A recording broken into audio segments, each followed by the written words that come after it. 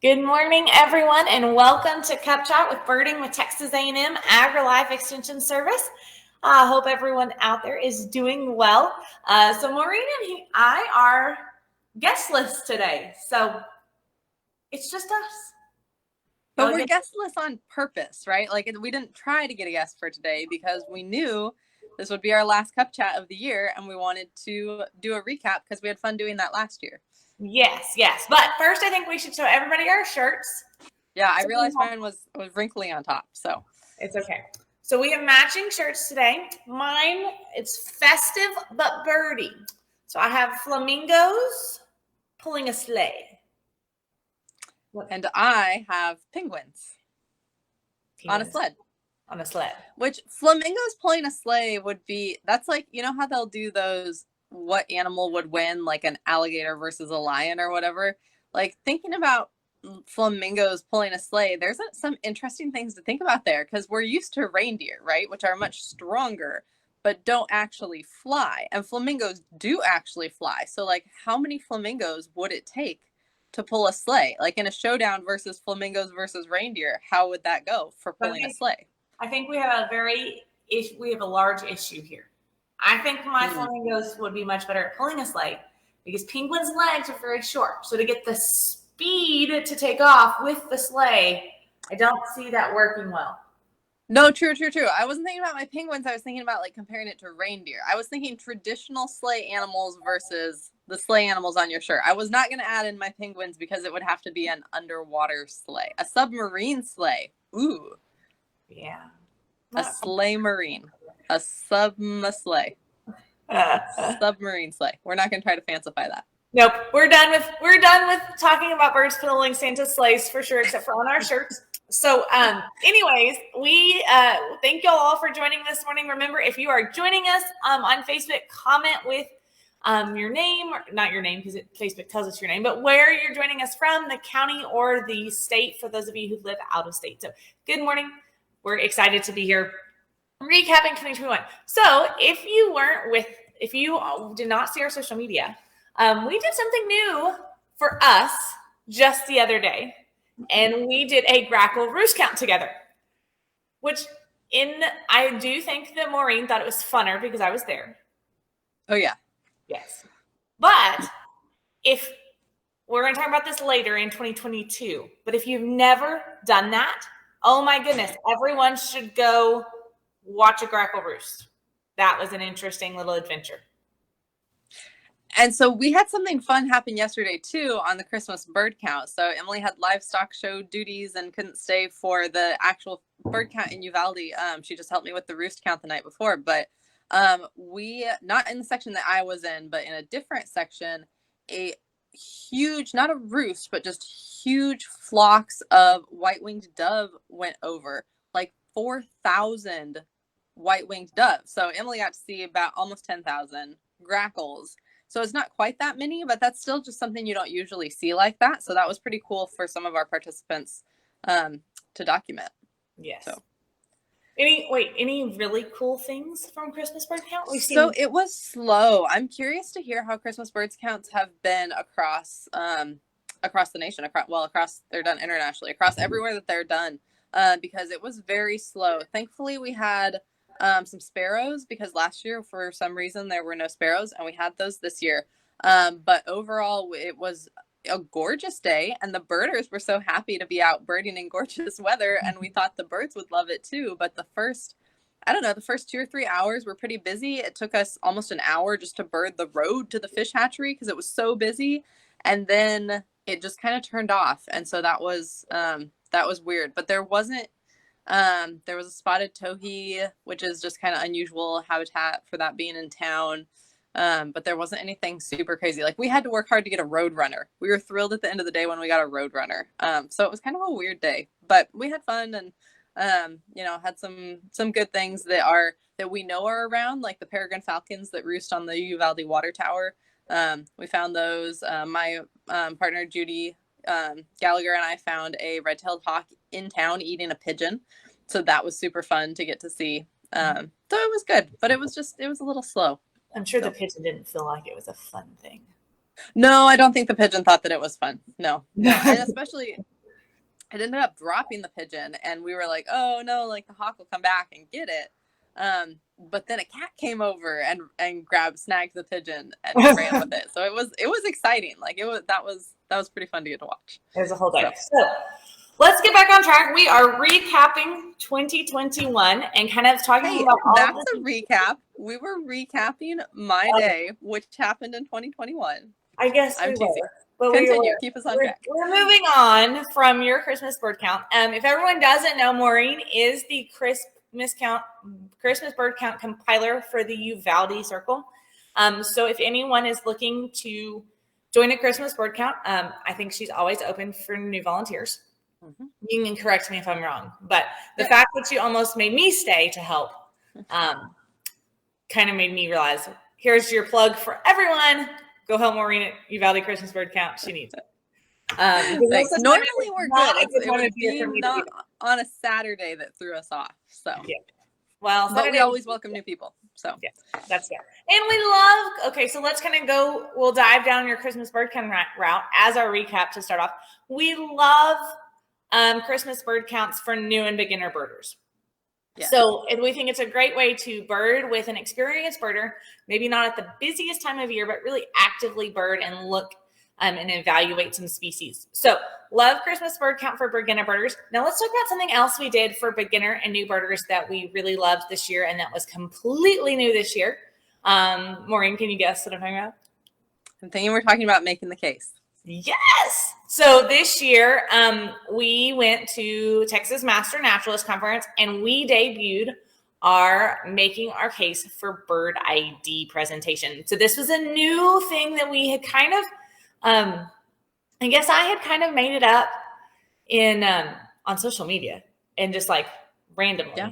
And really, as we look at bird identification, we really feel like it's about taking the clues you're given and putting together a suspect list. And so that was super fun for us. And I think we're going to, we will see what 2020 brings, but we may have some interesting ways that y'all can jump on and join us for making the case for bird ID. You want to talk about bird? You want to jump in on the recap? Oh yeah, on about making the case or something else. Whatever. There's no rules this morning. Okay. Well, making the case was fun. Was it really at midnight when we finished it? No, making the case. It's like the behind the scenes of things, right? Like making the case was not fun, but making the case is fun. Yes. And Todd was helpful critique to get us through the end push of making the case. We had some good input, from our aquaculture specialist about making the case for bird ID. So, yeah, that was fun. I'm excited to see where that one goes. I'm excited just as we continue to build that, and I'm excited for as we announce next year what all we're doing and working with our I really don't like that we can't talk about next year right now. Like it's really bothering me. Because we could give hints. Yes. Because I'm ready. I'm ready to talk about next year. Well, I mean, like there's a learn to bird, right? Like, and hopefully everybody kind of expects that because we've been doing that. So yes, there will be a learn to bird and we'll go through making the case when we do learn to bird. Yes. But I also have another crazy idea that I'll have to speak to you later about. Oh, dear. Okay. Yeah. I know you love my crazy ideas. So let's go back to the Texas Master Naturalist Conference. And we're going to jump in like half of a recap plus staying in the same recap. So I do notice that Ty is joining us. So hey, Ty. But we wanted to share that Ty, it was a young birder from the Dallas-Fort Worth area. He came to Rio Diablo Birding Camp. And so when we were at Texas Master Naturalist Conference in the Dallas-Fort Worth area, we were excited to have Ty lead our bird walk. And so the next day we did a Making a Case for Bird ID bird walk, and Ty joined us as our guide. And so got tons of compliments from our participants about Ty being our guide. So Ty, I hate to kind of do like a a mom moment as a non-birding mom, because I'm not your bird mom, but it was like, oh, our camper has grown up and is now leading our bird walks. So not that he was a great camper when he came to camp, but it was kind of one of those neat things to see Ty bird at camp. And he just has such a great heart in terms of educating others. So even at camp, Ty was so good about making sure that everybody at camp got the bird. And so it was so neat to see him take that from a youth perspective and lead that into an adult program for us. So we love that. So you want to recap that a little bit more? Yeah, no, I'm excited to continue that partnership into 2022. So no, we always try to bring people who have a heart for teaching into our programs, even if it's not a beginner program, just because we want any skill level of birder to feel comfortable coming and joining. And so we work hard to make that in our guides, and it's always exciting to meet somebody new who has that ability, and Ty is definitely one of those people. So we look forward to continuing to work with him. Yeah, you never know where Ty might show up in 2022. Yeah. Everybody. I get to start collecting. I'm excited. I can do this. I cannot tell all the secrets. Okay, so let's go to the big recap. Wait, can I say something about Master Naturalist Conference real quick? Absolutely. Before you move on, I so appreciate all of the Master Naturalists who watch us on Facebook, who watch Cup Chats, because something I'm not used to was walking into the conference and having people be like, I know who you are because you watch us on here. And I love that, because we're always excited to know that you enjoy this and that you enjoy our content. And it's just kind of funny. And we've done enough programs too that I had a couple of people say, hey, we came with you, birding the border, like the first birding the border. And my brain is going, you look familiar, and I'm sorry that I don't remember more of that, because it's been a little while. Like, that's what's kind of cool, is it's been a little while now. When was our first birding the border? A few things. So when was our first birding? 2017, 2018? Yeah, it's been a while. So it's been a while. Anyways, 2017. Yeah. Yeah, it's been a long time. Okay, so, and then quick shout out. Also, fun thing at Master Naturalist Conference is I completely interrupted Maureen's and presentation for small acreage landowners when I ran into my high school nurse and who I babysat her kids. And so I apologize again, Maureen, but it was one of those magical moments where you see someone you haven't seen in 10, 20 years. I mean, it had been a while. So it was, sorry about that, but that was neat. No, it's okay. It was kind of funny, because I, obviously knew she was in the room, and then to see the look on y'all's faces was pretty awesome. And actually, can I segue into more recapping? Yes, you can segue. Because I always enjoy just seeing the look on somebody's face when they're like in awe, or just, something cool is happening. One of my favorite things from this year was when we had the kids at Rio Diablo camp, and we took them to the bat flight, the Frio bat flight. And so we had birded on the Annandale Ranch, and then Frio Bat Flight is part of that, but anybody can buy tickets and go over there. And so we bought our tickets, and we went over, and we told the kids how cool it was going to be, because Emily and I have seen it before, and the bats took a long time to come out. And so we did waiting. And of course the kids are just going off of our word that it's going to be cool, but they're not sure probably that their definition of worth it is going to be our definition of worth it. And then when the bats finally came out, the looks on their faces were wonderful. That was, I think, one of the highlights. And that's not even bird related, right? But there were some birds, there's hawks that come in and grab bats. Rocky the bat. Yeah. So that was one of my favorite things this year. The look on your face when you interrupted my talk was solid. Also, the kids seeing the bats. Oh, let's I hope Brian is watching this morning.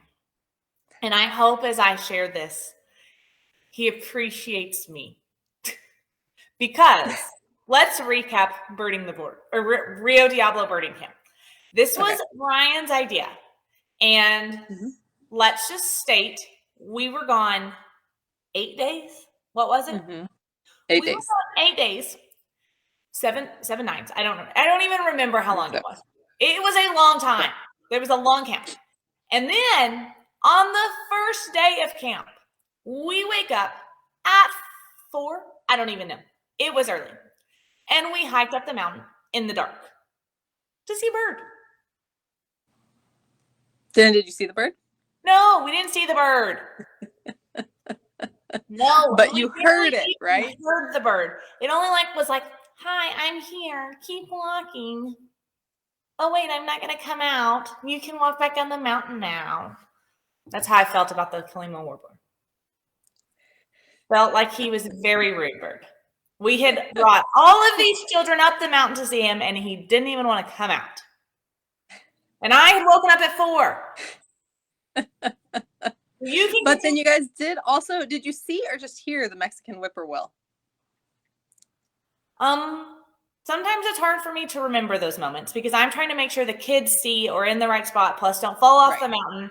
So I'm not sure if we saw that one, or I'm not sure what time that was, because there was a time where we were kind of like on it was questionable it was completely dark. And there was one that flew across, and Ty says we saw it. Thank you, Ty. Yes, we saw it. I was making sure all the kids were still in quiet. But yes, Ty says we saw it. So that one, but I think one of the cool things there was, and Ty will correct me again if I'm wrong, but we saw, when we were walking up, we heard the elf owl, the screech owl, and another owl all at the same time in the dark. I don't remember.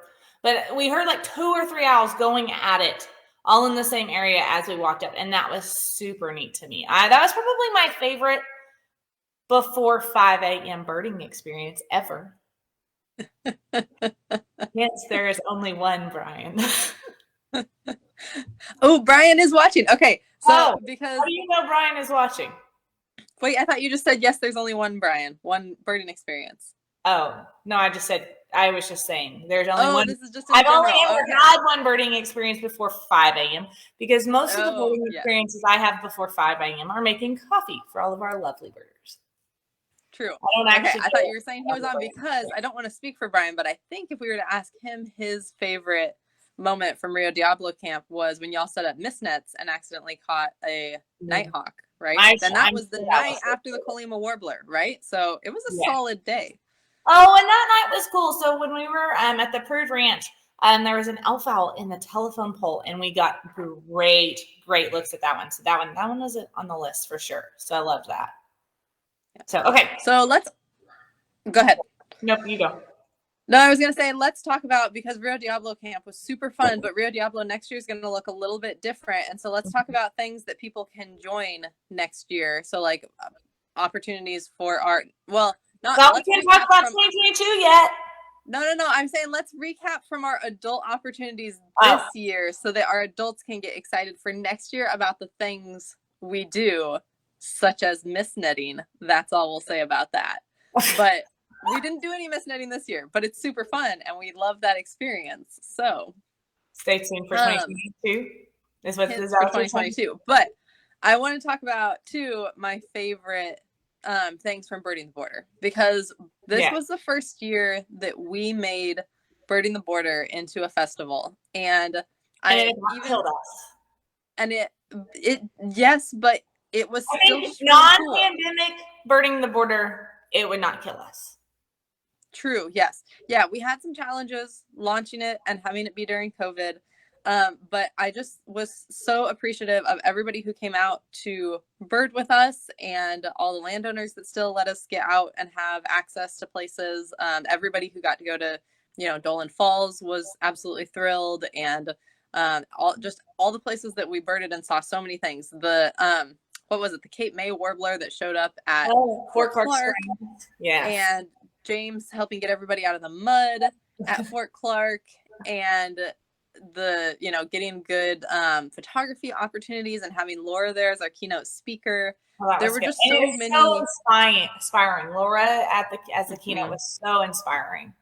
Yeah, and so I just kind of as a recap of Birding the Border and how much fun that was. Although my personal favorite moment of the whole thing was, normally when all the birding the borders we've done before, Emily and I go out with everybody, and we're always out on the trips. And this year, because it was different, we had to stay back at home base, and we were coordinating things, and that was great. But it meant that we didn't go out birding with everybody, so we kind of missed that part of it. And so on the last day, we went over to the duck pond, the Ciénagas, and sat with everybody having lunch. I guess we were the lunch deliverers, was how we went over there. And Emily spotted a kingfisher flying across, and it was just kind of nice to have that moment where we got to be with everybody like we used to be. So yes, yeah, no, and I think birding the border, the thing that was so neat to me was, I guess everyone kind of knows that logistically that's where I make sure everyone is fed and is taken care of and goes to where they're supposed to go. And I think that the thing that I loved the most about birding the border was just everyone, and some people may have had a bad experience, but they didn't tell me. So it seemed like everyone just had a wonderful experience. And so that made my heart happy, because that's our goal. We other than turning off the rain for a day, I mean, other than me being able to do that, I felt like, I think everyone was fed, everyone got to where they were supposed to go. And so I really just enjoyed having the opportunity to provide such a unique experience for everyone, and sharing, people that we love, like the Zuberbuehler family. Mm-hmm. And so let's kind of recap 2021 at the Zuberbuehlers a little bit. So the Zuberbuehlers have been our cooperating landowner for 2 years now or so, maybe a year. And so the neat thing about the Zuberbuehler family, they're a historic ranch in Valverde County. They do wool and mohair production and raise Rambalay sheep. And the neat thing is, the family has taken it and continued on. Ooh, Maureen has left us. Oh, no. Oh, no, I'm still here. Sorry. Okay. So, and the neat thing is that they have taken it on. So they have had 2 birding-ish events this fall, where they've invited people out to their ranch and been able to do bird walks, or for Christmas, they, since it's kind of a slow time of year, they had dinner in the shearing barn and made Christmas ornaments. The kids always do needle felting and make felt birds for the birders to enjoy from wool there that's produced on the ranch. So I think that's some of the neat thing. We really see him we see that family taking the opportunity to continue to invite birders out on their own property, on their own time, without us. And for those of you who don't necessarily own private ranches, or maybe live in an urban area, it's kind of a big deal when a landowner invites the public to their property. Some landowners don't. Some people do not like people on their property. And so I think it's a unique thing that if everyone doesn't know that they are willing to give it a try and invite people to enjoy their property, because some landowners aren't. And I think that's the unique thing about birding the border to me, is that we really have created those opportunities for birders to go out on some private lands that normally aren't open to the public. Yeah, and we really appreciate our landowners for that, and we appreciate our participants for always being very respectful of that, because it's definitely something that at any time a landowner could say, no thanks, we don't want to have folks come back. But Dobbs Run is a ranch that we've gone out to for every birding the border, right? And we so appreciate them, but we also appreciate our participants being respectful to where we are allowed and invited to go back. But I will say, so the logistics of everything going right is something that makes your heart really happy. And for me, making that connection that you just talked about, because I'm approaching this from a wildlife management standpoint. And so knowing that there's people that are continuing practices or changing practices, adding new practices to improve the bird habitat on their properties, and then connecting people with that as well, makes me so happy. And so in addition to the Zuberbuehlers, Ms. Mueller, Kathy Mueller at the McKenna Ranch, has also had birders go out and stay in her cabins and, report to her about the birds they're seeing. And that's just kind of an area that she's had her cabins, and she's had hunters and campers come out for a long time. But getting to have her benefit from more birders going out there, and birders benefit from knowing about her ranch, which is still just one of my favorite places, that makes my heart really happy as something that was kind of accomplished this year. So that's a neat one. Okay, so I had something about Burning the Border that I wanted to say. Oh, the thing that made my heart happiest at Burning the Border that I thought was an incredible feat that we pulled off that we didn't necessarily know how to. And it's not something that anybody would understand or think this is kind of, that everyone's gonna be like, that's really what was a big deal. And it was our master list. It was a huge deal because I had very strong opinions that people should be able to easily read the master list. And I felt very strongly that it needed to be big enough where we could all enjoy it and easy to read. And so, therefore, Maureen may have hated me just a smidge because it wasn't me that hated you. It was Liz, because she was the one who had to piece the papers together because it was too big to fit on one poster printed sheet. Yeah. Yes. Yeah. But it turned out amazing. And talk about our sticker birds. I mean, we loved our sticker birds. So the sticker birds were 10 field trips. Well, it's still hanging on the wall in my office. So yes, go recap us. Go recap it. So our sticker birds were birds that gave us the opportunity, that were unique birds to the festival, that if someone saw, we wanted to give them a sticker because we thought they were unique to the area. And so that is our sticker bird piece of the puzzle. And so obviously, and it's really, go ahead. Sorry. Here. Most people obviously saw the vermilion flycatcher, which heads up, the next Birding the Border will be our highlight bird. But as most of you know now, we're not having Birding the Border in 2022. Stay tuned for our first podcast, our first Cup Chat of 2022. We will be sharing what we're going to do instead of Birding the Border. But I just thought it was so interesting to kind of see, and I loved everyone's excitement about getting a sticker bird. So really excited. So the other thing that I love, because of course what's important in data, like an eBird, it's not just what you see, it's what you don't see. And so real quick funny thing, we can poke a little bit of fun at Brian. So there's two things missing here. Morelet's seed eater, that was sad. We don't need to talk about that.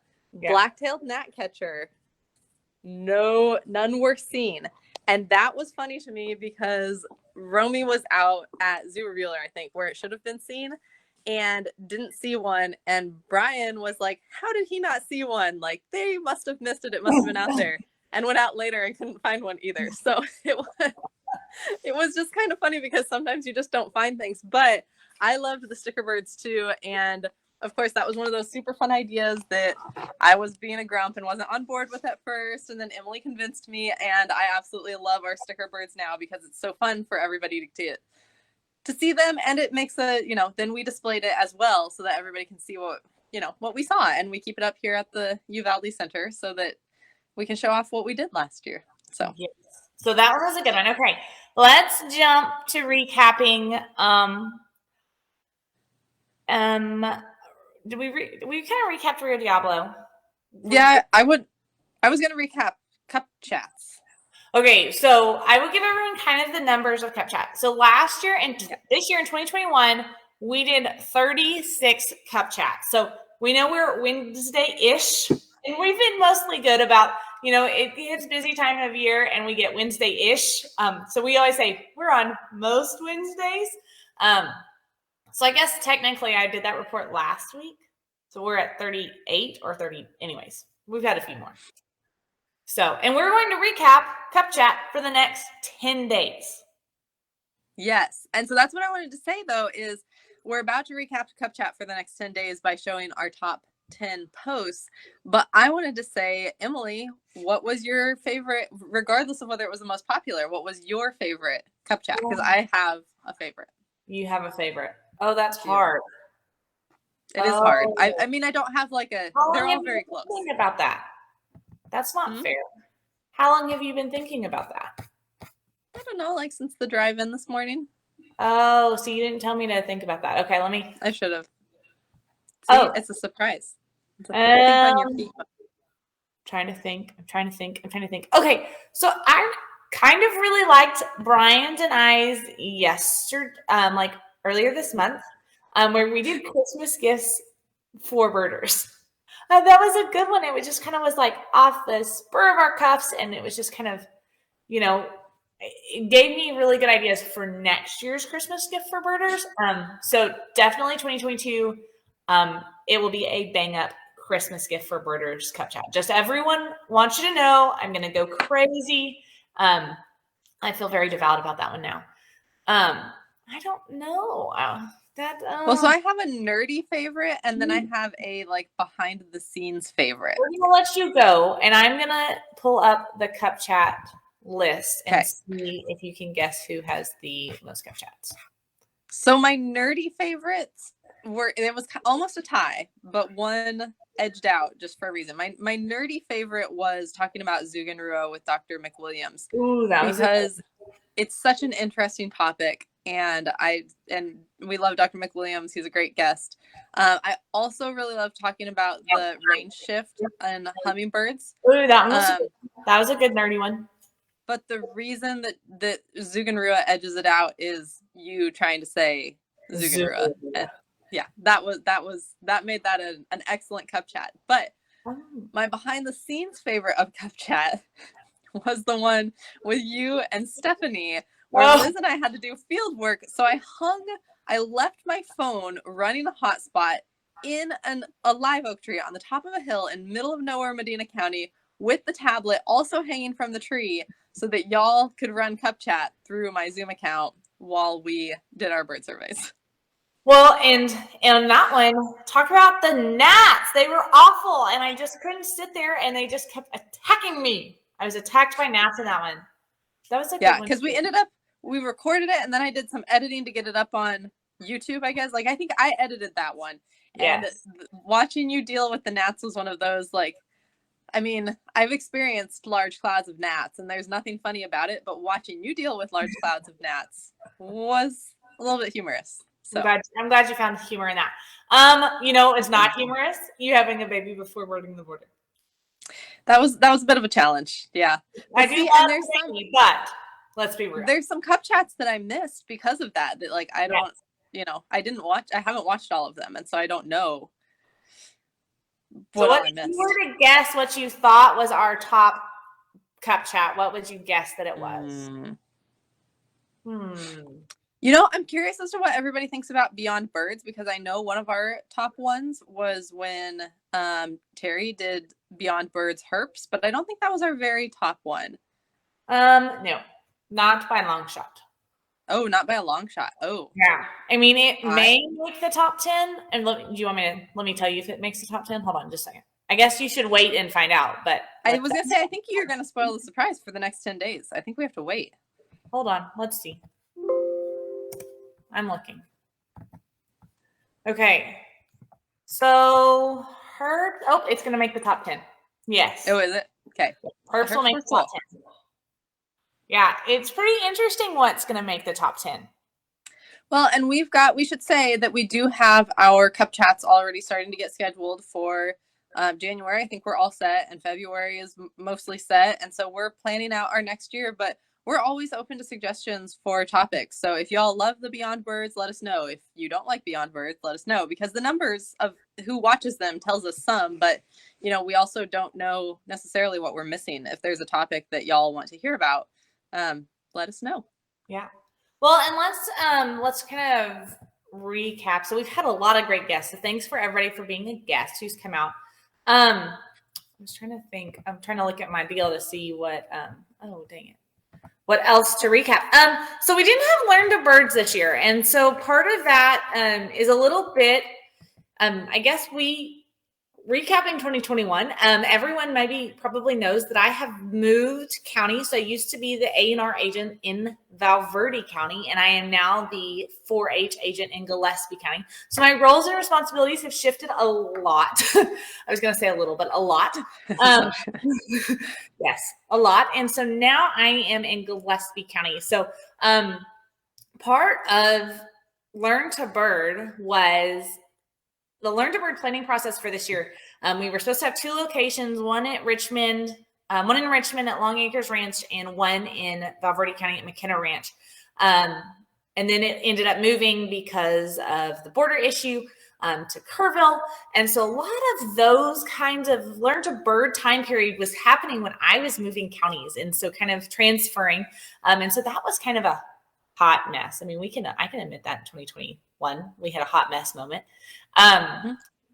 So we're excited about Learn to Bird for 2022. Where we will go, we will announce on our first Cup Chat of 2022. Yeah. Yeah. And I think that's pretty much everything, right? I'm looking at the list. You should have made a Facebook poll to say, did we do a lot in 2021? Why would you say that? Because y'all, when Emily was putting together her document, we do summary documents for extension, and she was working on ours for this year, and she texted me and said, we just didn't do anything this year. I think I called. Or no, yeah, you called me. Said we just didn't do anything this year.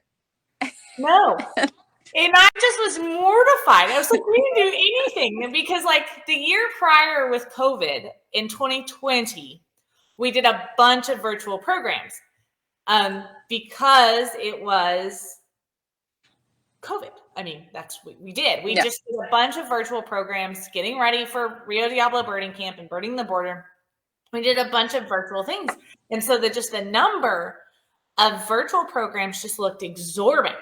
And I was just like, Maureen, we did nothing. What were we doing this year? We absolutely didn't do anything. And so I had to. So then as I started typing the summary document, I realized, so we had 2 flycatchers come out this year.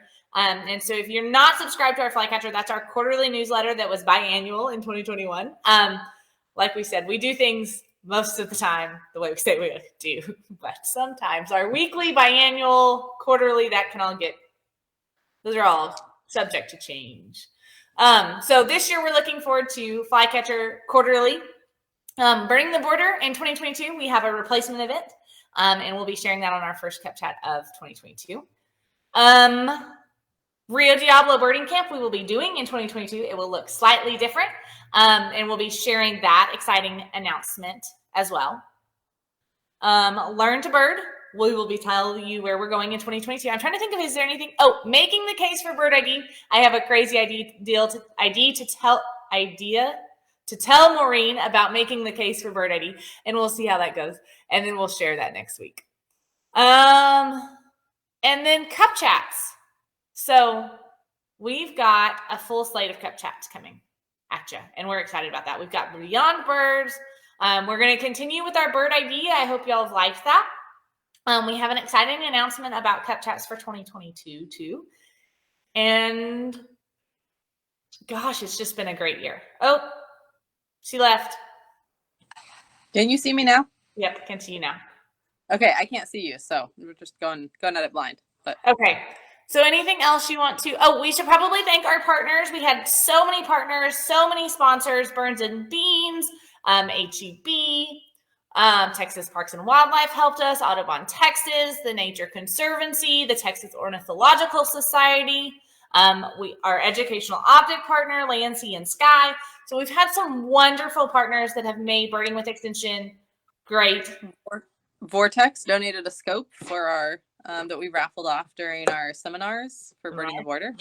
Yes, and so we really are so thankful for everyone and all that they've done. And we're thankful for all of y'all for joining our Birding with Extension family. We've loved getting to know every one of you and seeing you at all the different things that we get to see you at now. It's really fun to see those of you that we've seen in person come through on Cup Chat. And then there's some of you on Cup Chat that we get to see weekly that we can't wait to meet in person. So some of you, I'm calling you out. If you're a Cup Chat watcher who've never come to one of our in-person programs, we sure hope you come in 2022. I think that's my recap I think I'm done recapping. So you want to recap? You have closing statements. Oh, can't hear you. I can't hear you.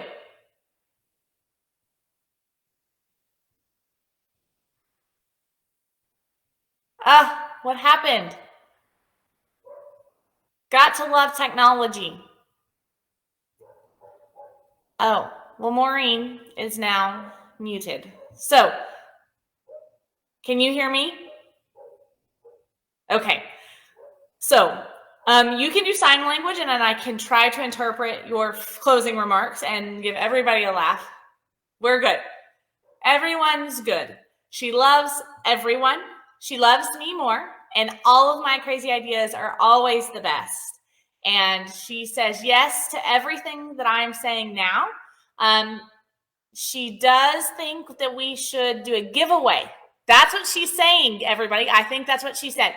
So if you have joined this comment, if you have joined today, the recap of the end of the year 2021, comment and watch, or comment that you've watched, and we will be giving away a prize in 2022. Do you want me to tell you what my prize is already, Maureen? Are you scared? Okay, so she's a little bit scared, but it's a great one.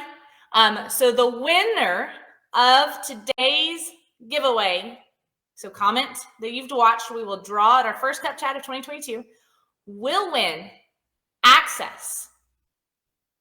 Oh, she's scared now. Look at the face, the terror in her face. Will win access to all of our virtual birding seminars in 2022. So whoever has watched and commented, we will give you access to all of our virtual birding seminars for 2022. So make sure you comment and join, and we are excited to do that for 2022 for someone who's watched our 2021 recap. So see, it wasn't that bad. It was good. She loves it. That's what she's saying. So anyways, have a wonderful day, everybody. Happy Wednesday. I'm so glad Maureen got muted and we could do a giveaway that she can't even protest. We should do more Cup Chats like this where I'm the only one who gets to talk and you're muted.